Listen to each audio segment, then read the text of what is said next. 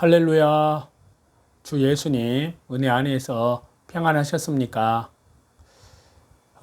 계속해서요. 한국의 고대사와 성경과 한국의 고대사를 연결해서 계속 말씀을 드리겠습니다. 이 시간에는 이제 뿌리부터 변조된 중국의 역사인데요. 중국은 자기의 온조상 반고를 신화적 인물로 격화를 한다는 것입니다. 자, 그런데요, 환인환국의 역사성, 환웅배달국의 역사성에는 의심의 여지가 없다는 것을 우리는 확인할 수 있고요. 자, 환국의 역사성은 이미 앞에서 말씀드린 대로 환인환국의 기록을 통해서 입증이 되었습니다. 그에 이어지는 배달국 또한 역사성은 의심의 여지가 없습니다. 이들 나라들은요, 세계 5대 문명의 뿌리이고요, 문명을 일으킨 주역이었습니다. 환국과 배달국이 없다면 인류는 여러 뿌리를 가진 것이 됩니다. 인류를 하나의 뿌리로 봐야 모든 역사가 올바로 서게 됩니다. 그 뿌리를 뚜렷하게 보여주는 유일무이한 증거가 바로 환인환국과 환웅배달국입니다. 그렇기 때문에요, 이들 나라들의 존재, 역사성은 의심의 여지가 없다는 확실한 사실입니다. 환웅배달국 창설 때 지역 군장이 중국 조상 반고였다는 사실입니다. 자, 반고의 역사적 출현 연대는요, 환웅배달국 창건 시기와 같습니다. 그 다음에 배달국 창건 시에 삼이산 남립 동굴이라는 곳에서 지역민을 통솔하는 지역 군장이 바로 반고라는 사람인데요. 이 반고는 배달국의 관직을 갖고 있었던 실제 인물이라는 사실입니다. 중국인들은 이를 신화로 만들어서 반고를 천지 만물의 시조이자 천지를 개벽한 성인으로서 혼돈씨라고도 칭하고 있습니다. 반고를 따랐던 것으로 묘사된 이들로요, 공공, 유소, 유묘, 유수 등 이런 사람들도 또한 신화로 만들어버립니다. 자, 반고를 비롯해서 반고를 따른 이들 역시 배달 동이족이 선조들이라는 사실입니다. 그렇지만 중국인들은요, 자기들의 역사를 감추고자 이들을 전부 신화로 만들어 버립니다. 자, 내용을 조금 보면요, 반고의 역사적 출현 연대는 환웅배달국의 창건 시기와 같은데요.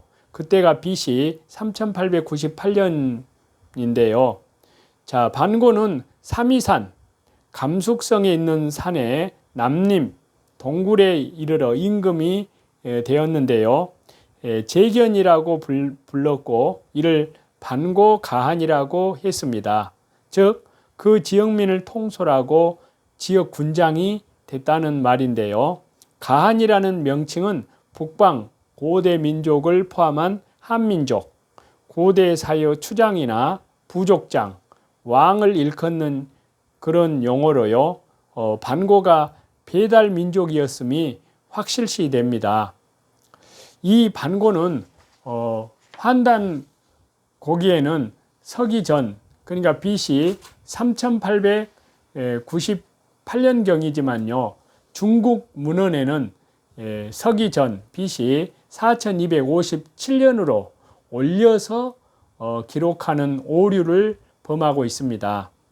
자, 일부 중국 측 역사 교과서에서는요, 반고가 중국 민족의 시조로 인물과 일행이 여러 가지 형태의 신화로 전해지고 있지만요, 환단 고기의 기록은 실제한 고대 인물은 실제 했었던 고대 인물로 분명히 기록이 되어 있습니다.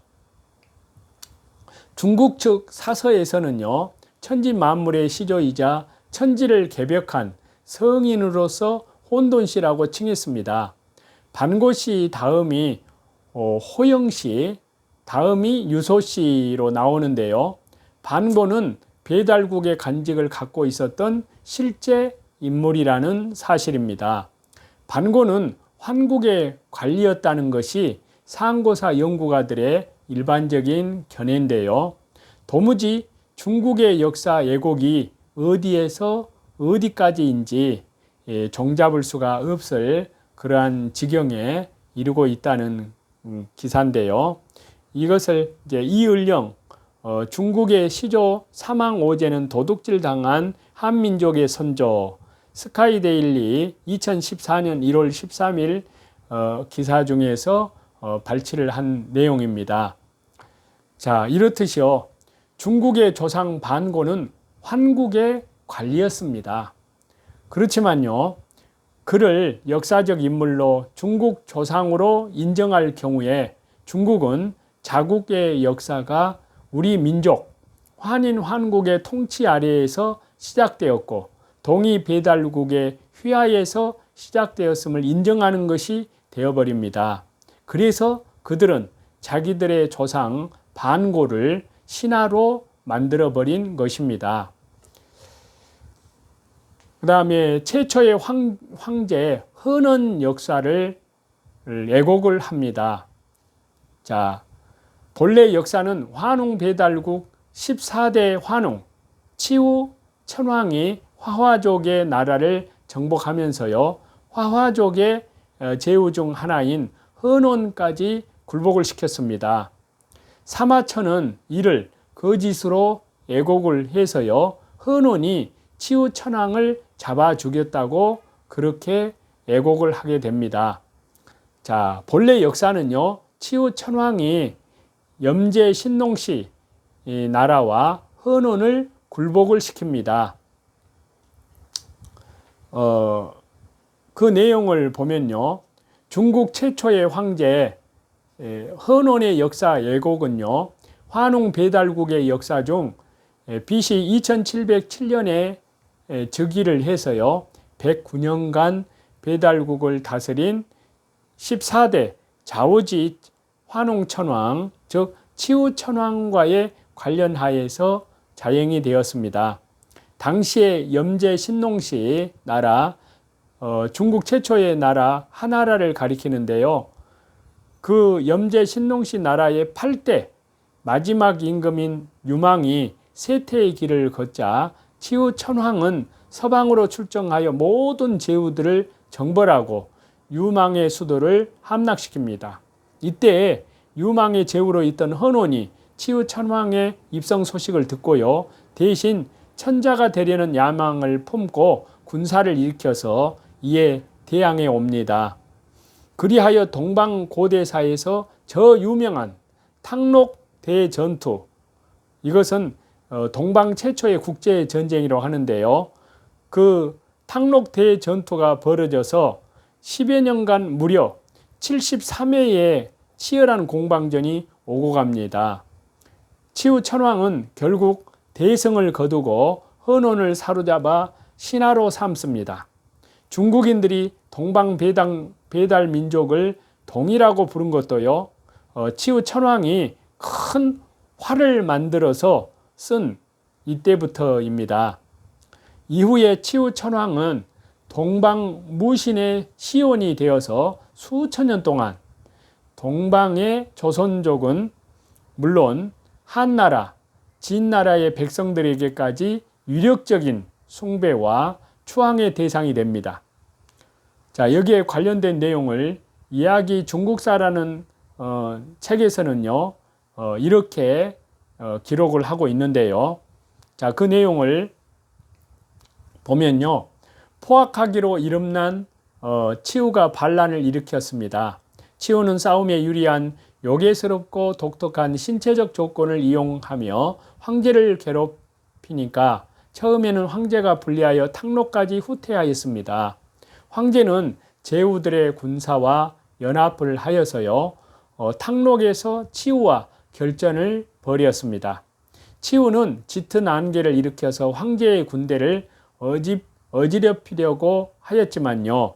이때 황제는 안개에 대비하여서 미리 지남차, 그러니까 자석이 달린 그런 수레를 발명하였기 때문에요. 안개 속에서도 치우가 있는 곳을 탐지할 수 있었습니다.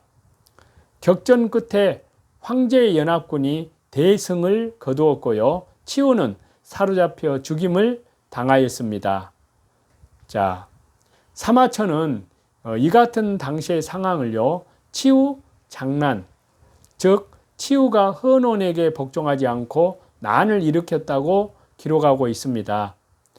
그렇지만요, 제후의 위치에 있었던 헌원이 천자가 되겠다는 야망을 품고 군사를 일으켜서 천자인 치우 천왕에게 도전해 온 것이기 때문에요, 황제의 장난이라고 함이 역사의 진실이라는 사실인 겁니다. 구약성경 민수기 3장 1절에서 13절 말씀을 보시겠습니다. 여호와께서 시내 산에서 모세와 말씀하실 때에 아론과 모세가 낳은 자는 이러하니라. 아론의 아들들의 이름은 이러하니 장자는 나답이요 다음은 아비후와 엘르아살과 이다말이니 이는 아론의 아들들의 이름이며 그들은 기름 부음을 받고 거룩하게 구별되어 제사장 직분을 위임받은 제사장들이라. 나답과 아비후는 시내 광야에서 여호와 앞에 다른 불을 들이다가 여호와 앞에서 죽어 자식이 없었으며 엘르아살과 이다말이 그의 아버지 아론 앞에서 제사장의 직분을 행하였더라. 여호와께서 또 모세에게 말씀하여 이르시되 레위 지파는 나아가 제사장 아론 앞에서 서서 그에게 시종하게 하라. 그들이 해막 앞에서 아론의 직무와 온 회중의 직무를 위하여 해막에서 심호하되 곧 해막의 모든 기구를 맡아 지키며 이스라엘 자손의 직무를 위하여 성막에서 심호할지니 너는 레위인을 아론과 그의 아들들에게 맡기라. 그들은 이스라엘 자손 중에서 아론에게 온전히 맡겨진 자들이니라. 너는 아론과 그의 아들들을 세워 제사장 직무를 행하게 하라. 외인이 가까이 하면 죽임을 당할 것이니라.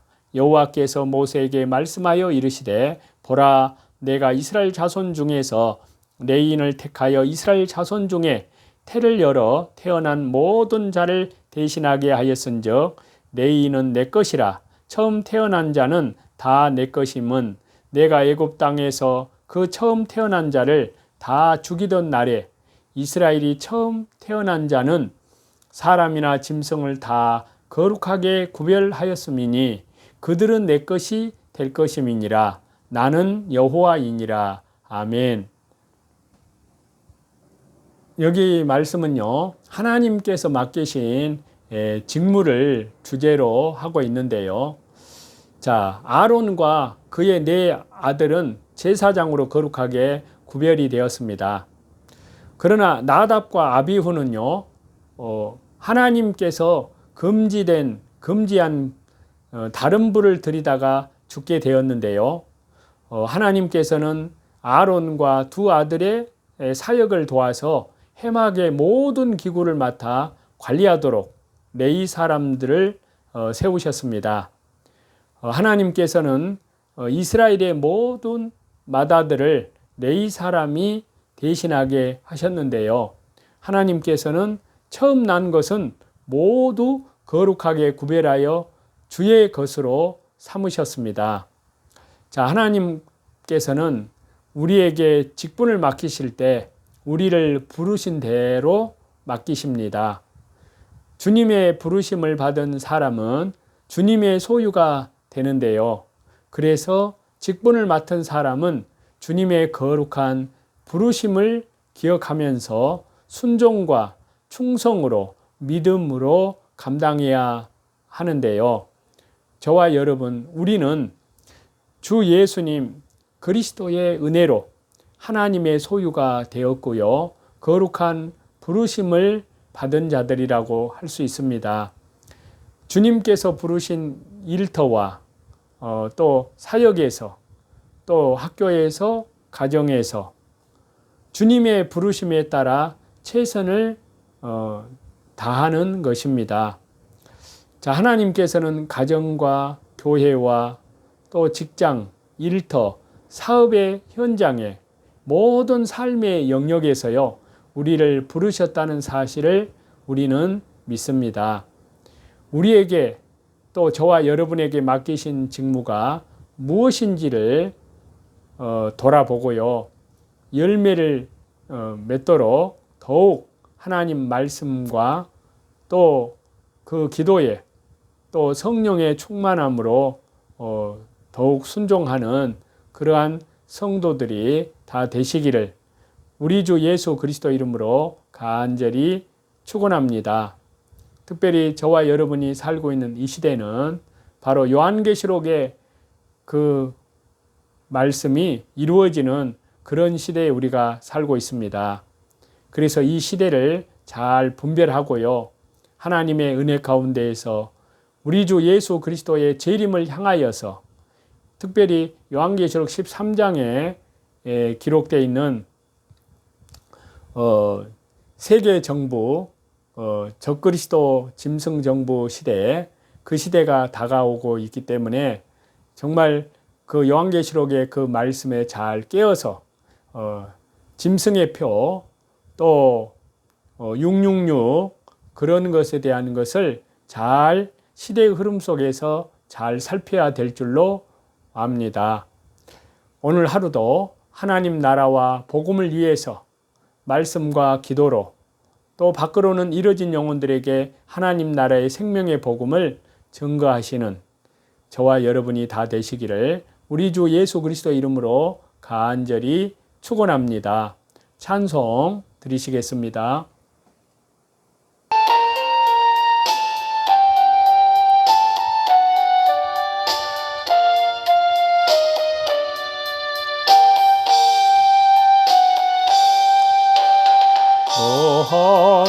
하나님께 이끌리고 일평생 주님만 바라면 어려울 때 힘 주시고 언제나 지켜주시리. 주 크신 사랑 있는 자 그 반석 위에 서리라. 너 설레는 맘 가다듬고 희망 중 기다리면서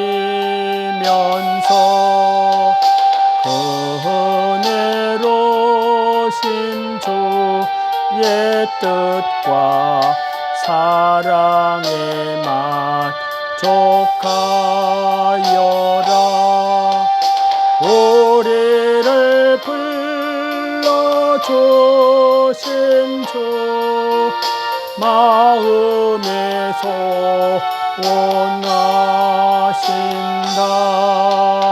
주 찬양하고 기도하며 모든 존귀와 영광과 감사와 찬양을 우리 성삼위 하나님께만 돌립니다. 오늘도 믿음으로 우리 주 예수 그리스도의 이름으로 모든 선한 영적 싸움에서 승리하시는 저와 여러분이 다 되시기를 우리 주 예수 그리스도 이름으로 간절히 축원합니다. 감사합니다.